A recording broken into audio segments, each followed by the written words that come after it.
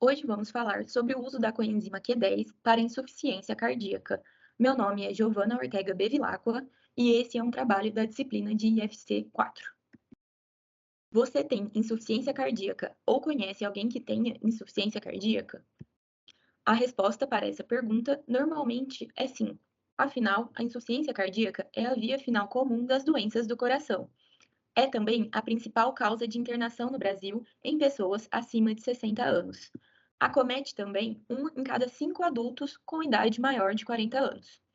1 em cada 5 pacientes com insuficiência cardíaca morrerá dentro de 1 ano.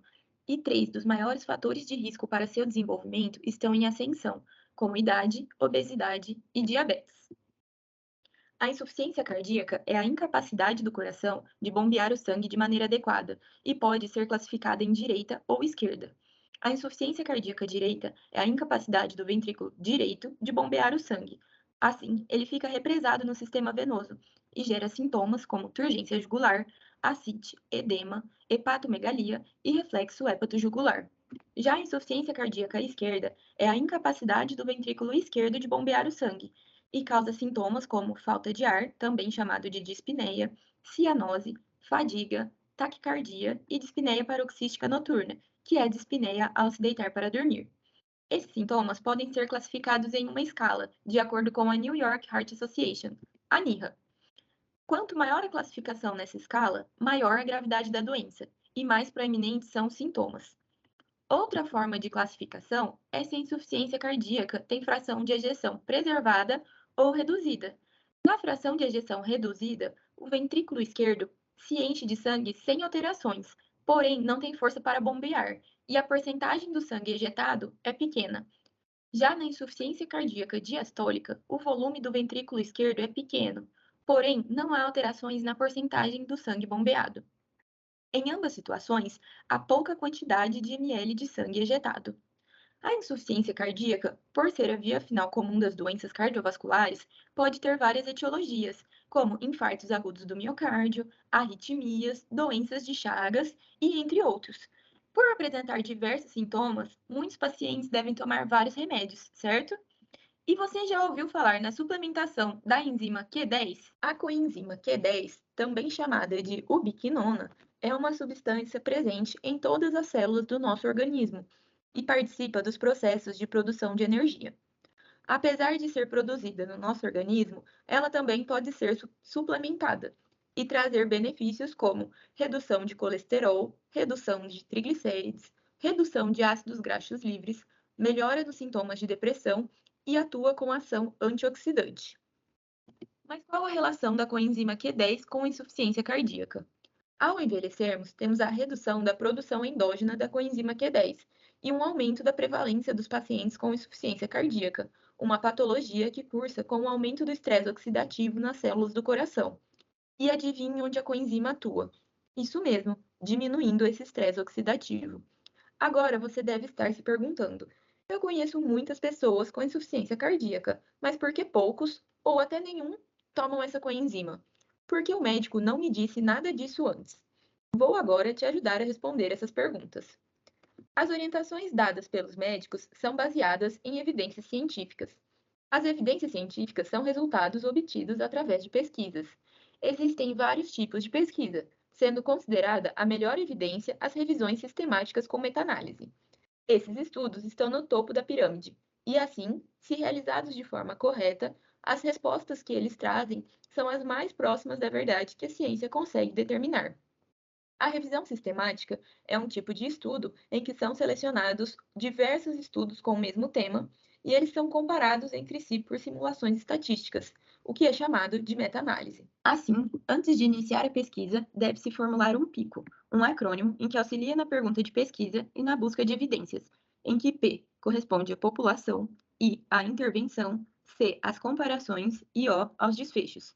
Assim, foi determinado um pico em que a população foram adultos acima de 65 anos com insuficiência cardíaca, a intervenção foi a suplementação da coenzima Q10, a comparação foi o uso da coenzima Q10 versus o placebo, e os desfechos foram mortalidade por todas as causas, hospitalização de causa cardiovascular, infarto agudo do miocárdio, acidente vascular cerebral, fração de ejeção do ventrículo esquerdo, melhora na capacidade de exercícios e eventos adversos, e dessa forma foi encontrado o artigo coenzima Q10 para insuficiência cardíaca. A busca de dados foi realizada na biblioteca Cochrane, Medline, no Embase, Web of Science e Clinical Trials. A metodologia usada para a realização do estudo inclui tipos de estudo, que foi revisão sistemática com meta-análise, que incluiu ensaios clínicos randomizados que avaliaram efeitos benéficos e nocivos da coenzima Q10 na insuficiência cardíaca, e ensaios clínicos randomizados por cluster. Os tipos de participantes foram todos os participantes com insuficiência cardíaca crônica, independente da idade, gravidade da doença, classificada tanto como IC-FER, de fração de ejeção reduzida, ou IC-FEP, fração de ejeção preservada, e seja de insuficiência cardíaca direita ou esquerda. Os tipos de intervenção foram o uso da coenzima Q10 versus o placebo, o uso da coenzima Q10 versus outro agente ativo para o uso da IC, ou o uso da coenzima Q10 em altas doses versus baixas doses. Os desfechos incluíram resultados primários e secundários. Como resultados primários, foi avaliada a mortalidade por todas as causas, hospitalização por todas as causas, infarto agudo do miocárdio letal e não letal, acidente vascular cerebral letal e não letal. E como resultados secundários, fração de ejeção do ventrículo esquerdo, melhora dos sintomas pela capacidade de exercícios e eventos adversos. Para a seleção dos estudos, foram usados 5 autores que avaliaram de forma independente as referências identificadas, para determinar se preenchiam os critérios de inclusão, sendo usado 2 autores por referência. Ainda quanto à seleção de estudos para atualização, a pesquisa inicial no banco de dados de 16 de outubro de 2020 rendeu 694 registros. Também foram identificados 14 registros de outras fontes. Uma referência foi identificada verificando as referências bibliográficas dos ensaios clínicos randomizados incluídos, e 13 referências foram identificadas pela pesquisa nas bases de dados de ensaios clínicos. Após a eliminação da duplicação, havia 547 referências para triagem. Foram removidos, então, 505 registros. Foi excluído 495 referências por título e pelo resumo, 5 referências já estavam incluídas na revisão original, uma referência foi um relatório adicional para um estudo na revisão original, e foram identificadas mais 4 referências duplicadas. Das 42 referências restantes, foram combinadas aquelas que pertenciam ao mesmo estudo, resultando em 28 estudos únicos. Foram avaliados 28 estudos completos e excluídos 14 estudos. Desses 14, em 7 deles foi necessário entrar em contato com os autores dos estudos, e foram excluídos, então, por falta de resposta dos autores. Dos 7 estudos restantes, 2 estudos estavam em andamento. Como resultado, foram identificados 5 novos estudos com a pesquisa atualizada. Incluindo 6 estudos da revisão original, a revisão atualizada inclui um total de 11 estudos, com 1.573 participantes no total. Na avaliação para o risco de viés, foram analisados os seguintes domínios: geração de sequência aleatória, ocultação de alocação, cegamento, dados de resultados incompletos, notificação seletiva. As medidas de efeito do tratamento foram avaliados dados dicotômicos, que foram relatados efeito absoluto em razão de risco, com intervalo de confiança de 95%, e dados contínuos, que foram calculadas as diferenças de média, com intervalo de confiança de 95%. Para avaliação da certeza das evidências, foi utilizada a abordagem GRADE. Vamos agora para a interpretação dos resultados. Através da tabela, podemos perceber que os estudos não apresentaram de forma clara várias situações, como 7 em 11 estudos deixaram pouco claro quanto ao risco de viés de seleção. 9 em 11 estudos deixaram pouco claro quanto ao risco de viés de alocação. 7 em 11 estudos deixaram pouco claro quanto ao viés de seletividade, o que infere ocultação da avaliação dos resultados.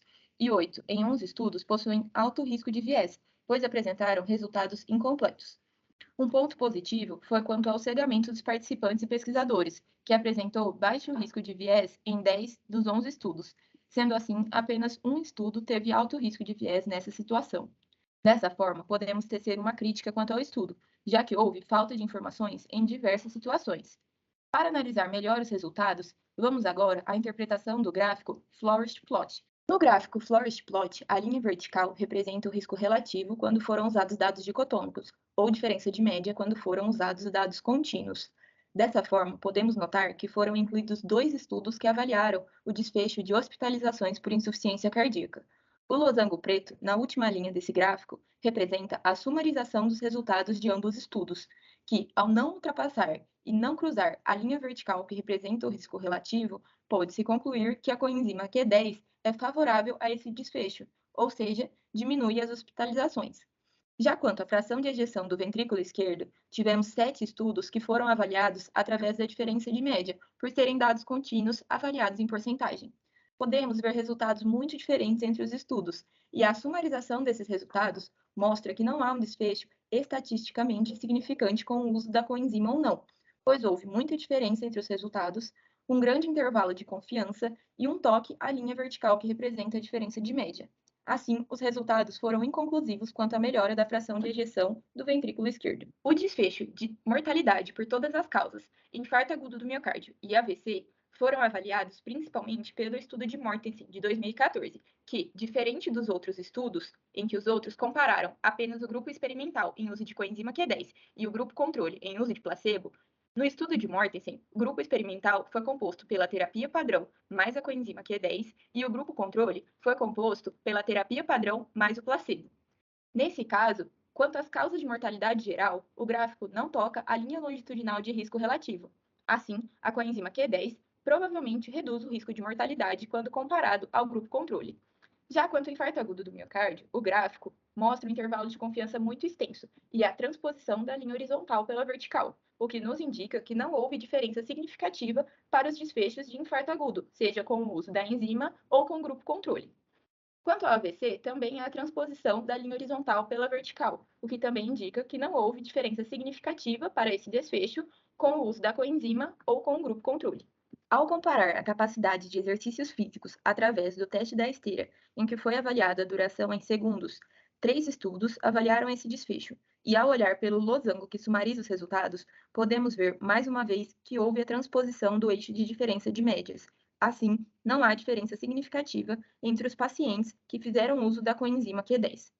Quanto aos efeitos adversos, tivemos 2 estudos que avaliaram esse desfecho, e mais uma vez, o losango que sumariza os resultados transpõe o eixo vertical de risco relativo, ou seja, o estudo se mostrou inconclusivo frente a esse desfecho. Agora, vamos avaliar a qualidade da evidência pelo GRADE, o que nos mostra o quanto podemos confiar nos resultados obtidos.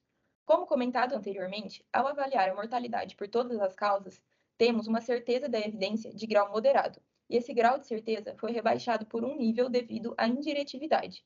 Nesse estudo, os achados são aplicáveis apenas às características dos participantes e ao regime posológico, o que nos mostra que a coenzima Q10 provavelmente reduz a mortalidade por todas as causas.